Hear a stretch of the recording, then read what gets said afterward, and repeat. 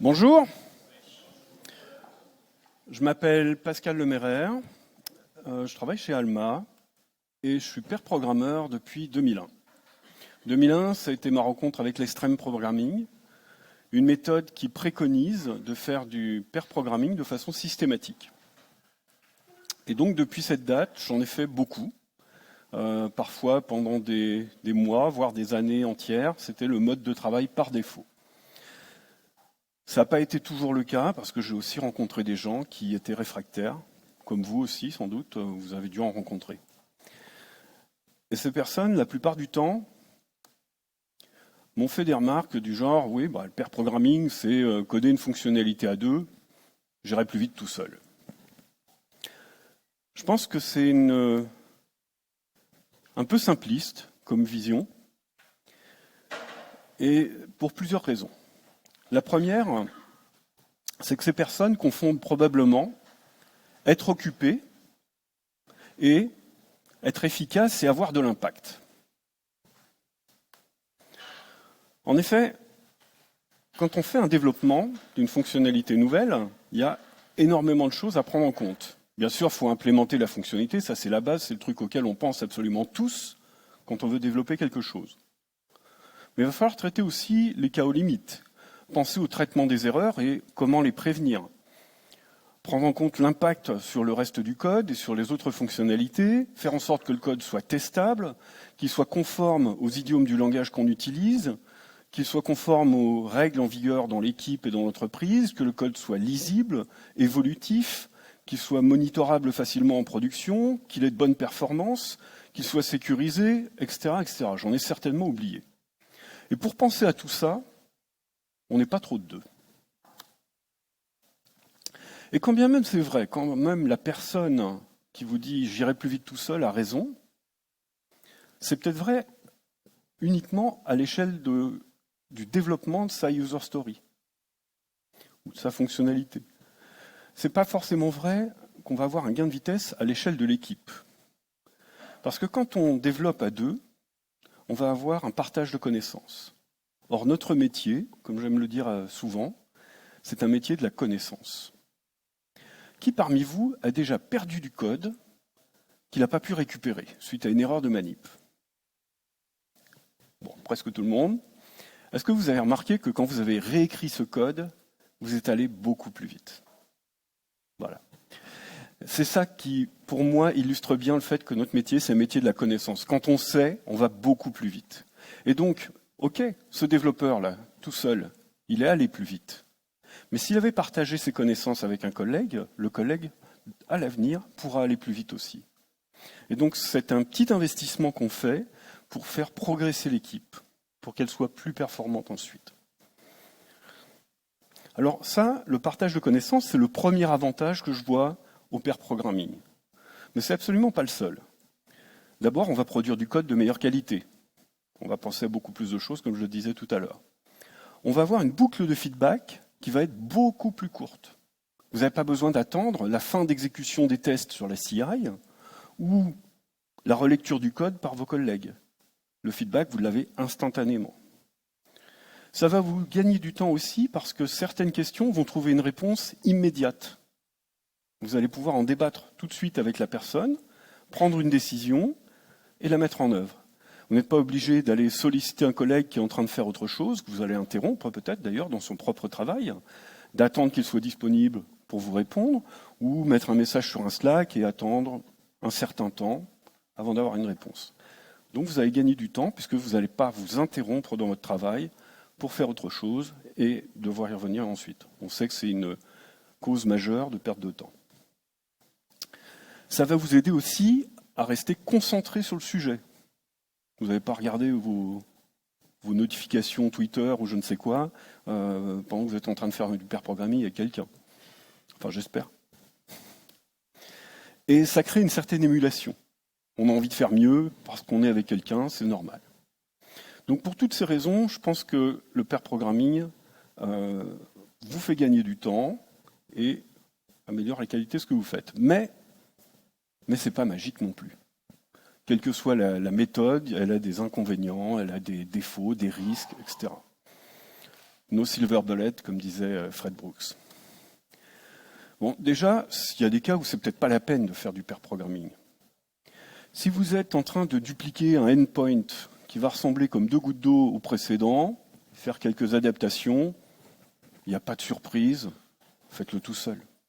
Si vous faites un refactoring où vous vous êtes mis d'accord avec vos collègues au préalable et vous savez où vous allez, vous faites une opération un peu répétitive sur une grosse base de code, là encore, ça n'a aucun intérêt de travailler à deux. Autre risque, un risque qu'on a, c'est le risque de décrochage. Si c'est la même personne qui conserve le clavier et qui dirige un peu les choses, et que l'autre est là plus en tant que spectateur, alors là, oui, il va aller se mettre à regarder ses fils Twitter.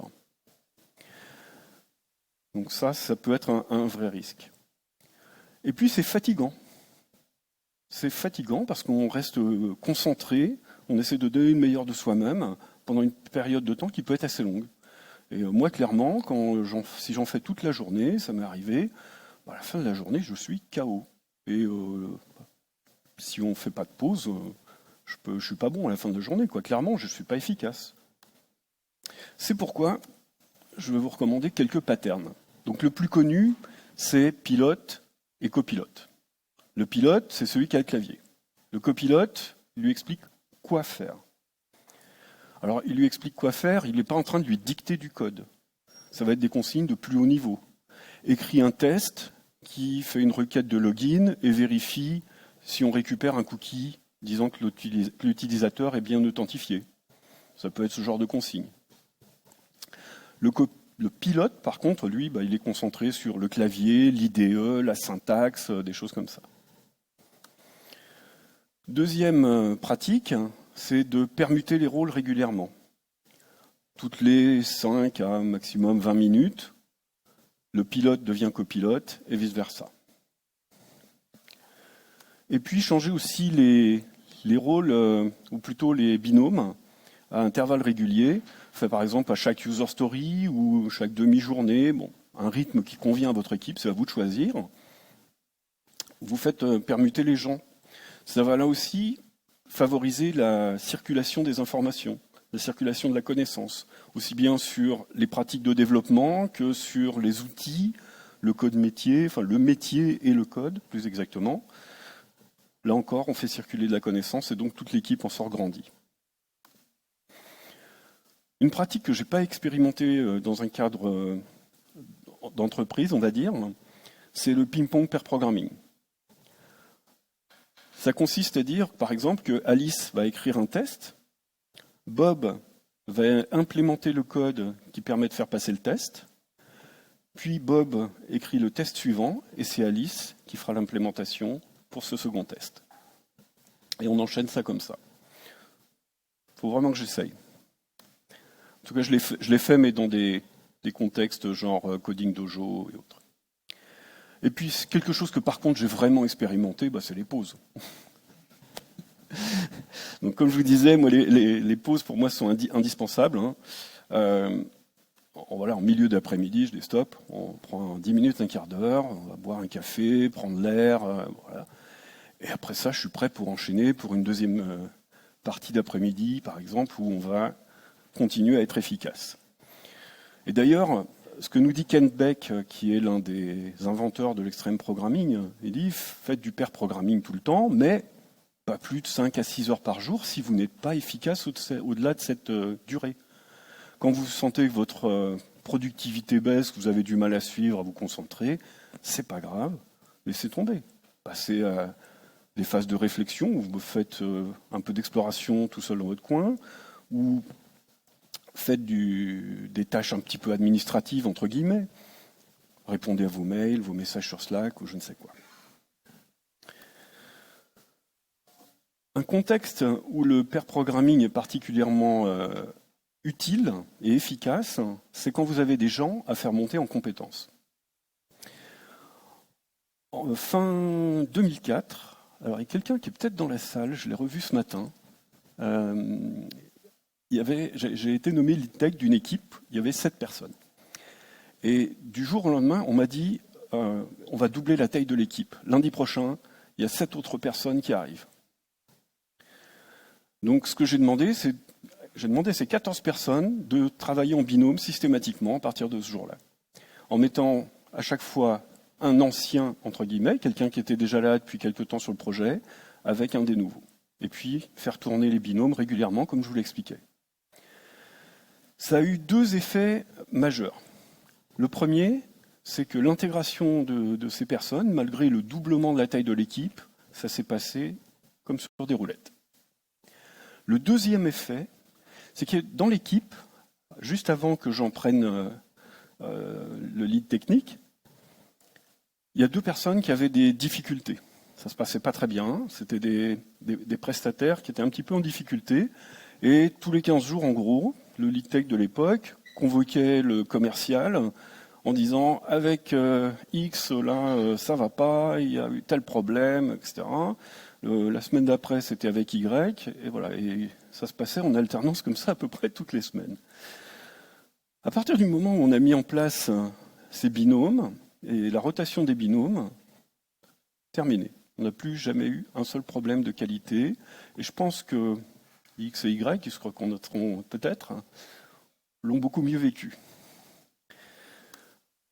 Quand vous avez un contexte comme ça, où vous avez des personnes qui ont des niveaux de connaissances différents, alors je parle bien de niveau de connaissances sur le domaine ou la techno, pas d'expérience. Dans ce contexte-là, quelqu'un qui a beaucoup d'années d'expérience peut être le junior. Et si vous débarquez sur le projet, même si vous avez 15 ans d'expérience et l'autre personne en a 3, mais elle est sur le projet depuis 3 mois ou 6 mois ou 1 an, elle en connaît plus que vous. Donc quand vous avez des différences de niveau comme ça, je vous conseille de faire des binômes avec un junior et un senior, et que ce soit le junior qui ait le clavier systématiquement. Au contraire de ce que je vous ai recommandé tout à l'heure, où quand les 2 personnes ont à peu près le même niveau de connaissance, il faut faire des rotations. Là, on met le junior au clavier tout le temps. Si vous ne faites pas ça, ce qui risque de se passer, c'est que le senior va aller trop vite et le junior va décrocher. Quand je dis junior et senior, encore une fois, ce n'est pas une question d'expérience en nombre d'années. Ça peut être tout simplement que vous faites une story dans laquelle il y a des développements front et back, une personne qui est à l'aise en front, l'autre qui est à l'aise en back. Quand vous ferez le back, c'est le développeur front-end qui sera le junior, et vice-versa. Et donc ne sous-estimez vraiment pas la valeur du mentorat. Encore une fois, c'est un investissement que vous allez faire et vous allez le retrouver peu après. Je me souviens d'un de mes collègues il y a quelques années qui me disait je fais des séances de mob programming avec d'autres personnes et il y a des fois je trépigne, je me dis j'irai plus vite tout seul. Voilà. Et là, il se souvenait, et ça l'aidait après à patienter, qu'il était en train de faire monter en compétence ses collègues et que c'était ça qui apportait vraiment de la valeur. Plus que le fait d'implémenter la fonctionnalité parfois. Maintenant, si on parle un peu des conditions matérielles et des outils. Il y a quelques années, j'ai travaillé dans une équipe où on était une petite dizaine, dans un petit open space. On a réorganisé les bureaux, parce que ce n'était pas très grand, et on a fait en sorte que derrière chaque poste de travail individuel, on puisse mettre au minimum une 2e personne. Une 2e chaise, des fois on se mettait même à 3 sur un poste. On avait fait en sorte aussi qu'on puisse faire circuler les chaises facilement, ce qui n'était pas gagné au départ. Avec nos chaises à roulettes, on passait d'un bureau à l'autre comme ça. Et comme ça, à tout moment de la journée, on pouvait se mettre en position de faire du pair programming dès qu'on commençait un nouveau sujet. Donc on peut organiser ces locaux pour ça. Maintenant, aujourd'hui, on fait beaucoup plus de développement en remote. Je ne fais plus que ça quasiment, moi, depuis 2 ans. Et j'ai pu expérimenter différents outils aussi. Bon, les outils de visioconf, c'est bien, mais si vous n'avez que ça, c'est quand même un peu limité, surtout si vous avez des problèmes de latence. Vous pouvez vous retrouver, quand la personne scrolle, avec du code qui apparaît de façon un peu floue, si vous n'avez pas une connexion super rapide. Il faut quelques secondes à chaque fois pour que ça se stabilise, ce n'est pas toujours idéal. Il y a aussi des outils dédiés qui vont consommer moins de bande passante, notamment ceux de JetBrains ou Visual Studio, etc. Ces outils ont l'intérêt de consommer très peu de bande passante. Par contre, ils ont 2 inconvénients. Le premier, c'est qu'il faut que les 2 personnes aient le même IDE. Et le deuxième, c'est qu'il peut y avoir des problèmes de confidentialité. Visual Studio LiveShare, votre code passe chez Microsoft, si je ne me trompe pas. JetBrains, il y a une solution pour que vous ayez un serveur chez vous. Donc il y a des choses à regarder avec votre. Ça dépend de la sensibilité du code sur lequel vous bossez. Il faut aller creuser un petit peu pour ces outils. Dans le même ordre d'idée, il y a des outils dédiés au pair programming qui vous permettent de prendre le contrôle à distance de l'application de l'autre personne et vous pouvez taper dans son IDE.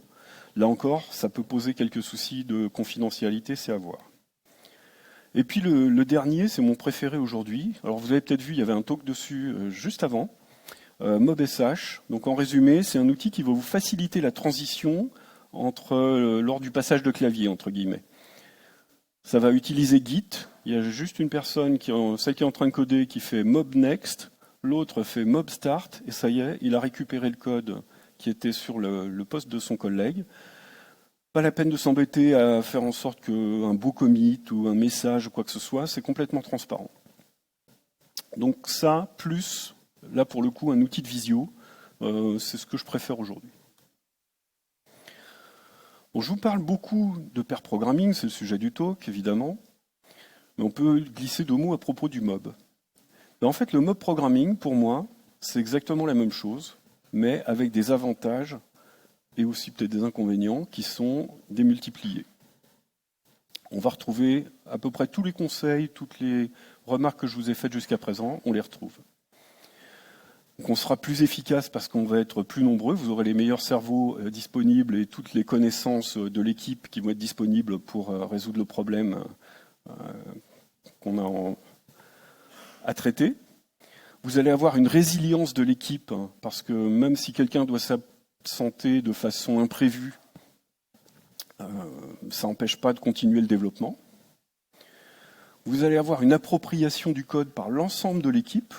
Ce n'est pas juste là où les 2 personnes qui ont codé qui vont se sentir propriétaires du code, tout le monde y aura contribué. Et puis un truc qui est important, c'est que tout le monde a l'opportunité de s'exprimer quand il y a une prise de décision. Or, quelque chose que j'ai découvert il y a très longtemps en faisant du théâtre, c'était que si vous n'avez pas eu l'occasion de participer à une prise de décision, en général, vous allez la rejeter, par principe. Même si, en étant présent, vous auriez pris la même décision. Mais on a tendance naturellement à rejeter un peu les décisions quand on n'a pas eu l'occasion de s'exprimer.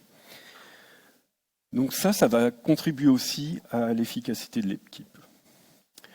Donc si je récapitule, ne confondez pas être occupé avec être efficace et avoir de l'impact. Vous allez fournir énormément de valeur à votre équipe et la rendre plus efficace si vous partagez vos connaissances. Pensez à changer les rôles et les binômes. Prenez des pauses. Et puis, c'est le junior qui doit avoir le clavier. Et enfin, le mob programming, c'est bon, mangez-en. Voilà, je suis prêt à répondre à vos questions.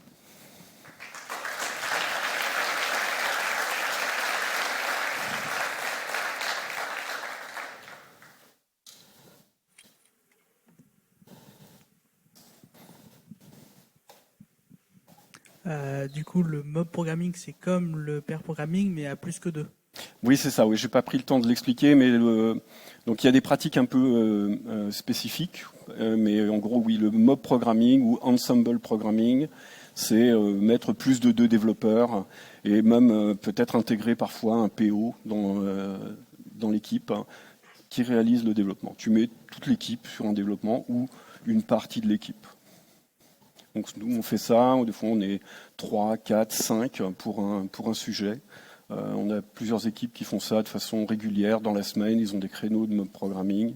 Il y a d'autres gens qui en font pendant des durées plus longues, j'en vois quelqu'un, j'en vois un là. Voilà. Je ne l'ai pas pratiqué par contre sur des durées longues et permanentes. Oui. Bonjour Pascal. Bonjour Adrien. Moi j'ai une question, je suis un peu un développeur cliché, on va dire, et ça passe pas au niveau interaction sociale avec tout le monde. on va dire. Et tu parlais dans une équipe d'avoir plusieurs pairs et de tourner les pairs. Je ne sais pas si toi, ça t'arrive la même chose, que des fois ça clique pas avec un binôme en particulier, et comment tu gères cette situation? Alors, si ça ne, il y a quelqu'un avec lequel, une personne avec qui vous n'arrivez pas à faire de mob programming, ça passe vraiment pas, ou de pair programming, on va dire. Une chose à faire, c'est peut-être d'aller en parler avec votre manager, parce qu'il y a des chances que vous ne soyez pas le seul. Ou alors c'est que le problème, c'est vous. Ça peut être ça. Mais donc, essayez d'en parler avec le manager pour voir s'il y a un souci récurrent avec cette personne.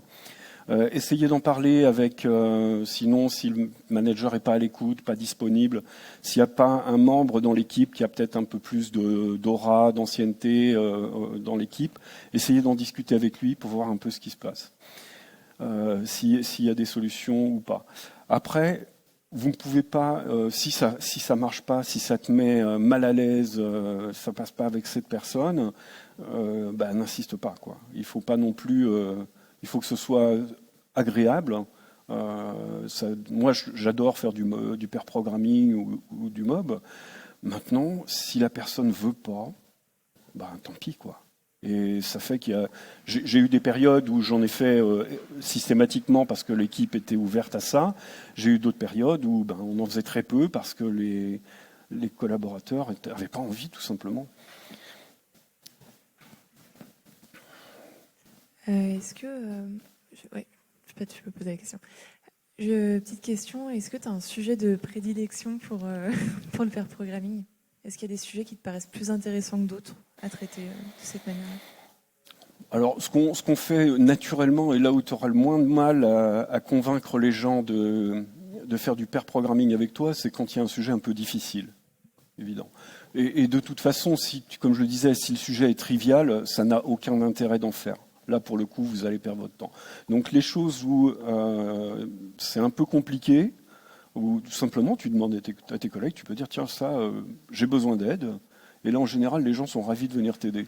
Et c'est le moyen le plus simple d'en faire quand ça ne se fait pas de façon naturelle, où les gens n'ont pas pris cette habitude d'en faire systématiquement. Et après, le deuxième cas où le sujet de prédilection, c'est celui que je vais avoir à partir de la semaine prochaine. Il y a une équipe dans laquelle il y avait des développeurs PHP, ils n'ont plus trop de boulot sur leur sujet historique. Je vais les former à Python. Et donc ils se forment un peu par eux-mêmes, mais on va faire beaucoup de pair programming et un peu de mob programming aussi pour les aider à monter en compétences sur du Python. Donc chaque fois qu'il y a ce genre de choses aussi, c'est vraiment... là, les gens sont demandeurs et ils en redemandent même. Une dernière question ? Oui, c'était juste, il y a déjà eu quelques éléments de réponse, mais comment impulser? Est-ce qu'il y a une recette pour démarrer le pair programming, en fait, et donc impulser dans une nouvelle équipe? Alors, première chose que tu peux faire, c'est si tu viens d'arriver dans l'équipe, c'est un contexte. Toi, tu viens d'arriver dans une équipe, tu peux dire j'ai besoin d'aide, j'ai besoin de découvrir vos pratiques, etc. Donc ça peut être, tu peux te poser en demandeur en disant voilà, j'ai besoin de ton aide. Ça valorise la personne, elle va avoir envie aussi de partager avec toi. Après, il y a comme je le disais à la personne précédente, tu as un sujet un peu difficile. Là aussi, tu peux dire j'ai besoin d'aide là-dessus. Et c'est un bon moyen d'embarquer les gens. Ensuite, une fois que l'habitude de travailler ensemble est prise, ça peut être plus facile de proposer un peu plus systématiquement de le faire. Mais il n'y a pas non plus de recette magique, malheureusement.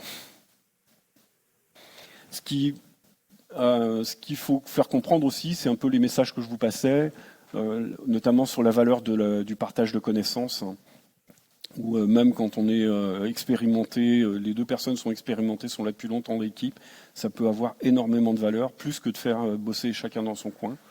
C'est ça peut-être le message clé. Je ne sais pas si on a le temps encore pour une question. Allez, une dernière question. Une dernière question, je me permets. Bonjour, merci beaucoup. Je pense que je vais faire évoluer mes propres pratiques là, sur le pair programming. Merci aussi pour la partie remote, parce que de plus en plus. Et du coup, je me posais la question, je conçois assez bien le pair programming en remote. Le mob programming en remote, c'est quelque chose qui existe, qui est raisonnable, qui est faisable? Tout à fait, oui. Donc mob programming en remote, on utilise les mêmes outils, tout simplement. Visio pour partager l'écran de celui qui a le clavier à un instant T. Et puis donc ça, par contre, c'est un petit peu plus lourd parce que il y a un petit temps de switch. Et puis mob SH, c'est fait pour ça. D'accord, merci beaucoup. De rien. Eh bien, on en a fini. Bonne fin de conférence, ou en tout cas, bonne fin de journée.